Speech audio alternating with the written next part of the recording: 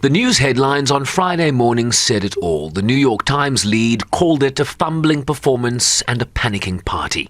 The Washington Post, Democrats panic over Biden doubting his future. The Wall Street Journal, Democrats privately discuss replacing Biden on presidential ticket. Or Politico, Democrats really have no way to spin this. The 46th president of the United States, Joe Biden. The broad consensus that Thursday night in Atlanta, Georgia was a failure for Biden and for the Democratic Party writ large. Biden's voice croaky, halting, almost unsure of what he needed to say, at times trailing off. His response here to how Americans feel about the economy, a case in point. What I'm going to do is fix the tax system. For example, we have 1,000 trillionaires in America. Billionaires in America. And what's happening? They're in a situation where they, in fact, pay 8.2% in taxes. If they just paid 24% or 25%, either one of those numbers, they'd raise $500 billion, I should say, in a 10-year period. We'd be able to wipe out his debt. We'd be able to help make sure that all those things we need to do, child care, elder care, making sure that we continue to strengthen our healthcare system, making sure that we're able to make every single solitary person eligible for what I've been able to do with the with the COVID. With dealing with everything we have to do with. Look, if we finally beat Medicare. At 81, he's already the oldest president elected to the highest office, but he struggled to convince doubters that he was up to the job. While Trump, just 3 years younger, appeared more in control, even though his penchant for embellishments and falsehoods were ever present throughout the 90-minute debate. We have the greatest economy in the history of our country. We have never done so well. Everybody was amazed by it. Other countries were copying us. We got hit with COVID. And when we did, we spent the money necessary so we wouldn't end up in a Great Depression, the likes of which we had in 1929. By the time we finished, so we did a great job. We got a lot of credit for the economy, a lot of credit for the military, and no wars and so many other things. Everything was rocking good. Biden's supporters said the focus should be on substance and not style. But the president did little to help his cause with undecided voters who have doubts about his mental acuity for the rigors of the job as Trump piled on.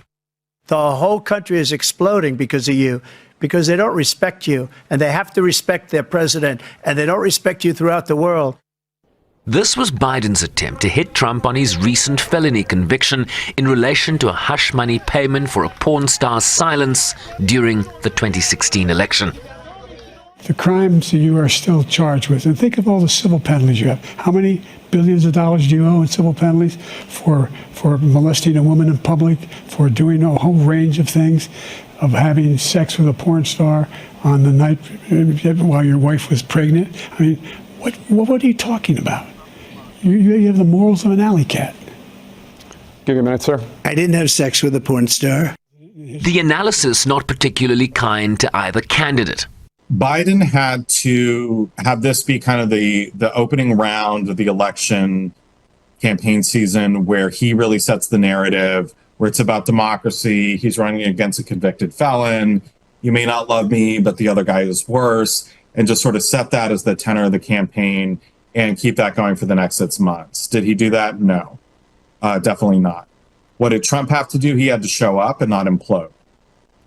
He did that for 45 minutes. And I think the degree to which he imploded was probably less than the worst aspect of what we might have assumed.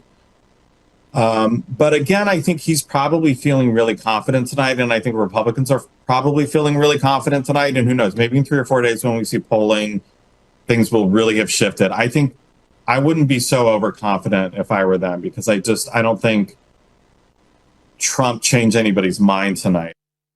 A high-stakes moment for both candidates, but only one leaving bloodied and bruised.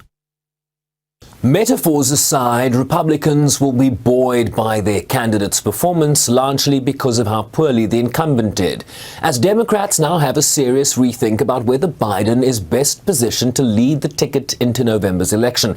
Talk about uncharted waters, as various scenarios get thrown around, including for Biden to withdraw from the race ahead of the Democratic convention in August, which could create political chaos just months ahead of the election. The early reading on that is it's highly unlikely, after Vice President Kamala Harris affirmed her full endorsement for Biden in the aftermath of last night's political bloodbath for her boss. Sherwin Bryce-Pease, SABC News, New York.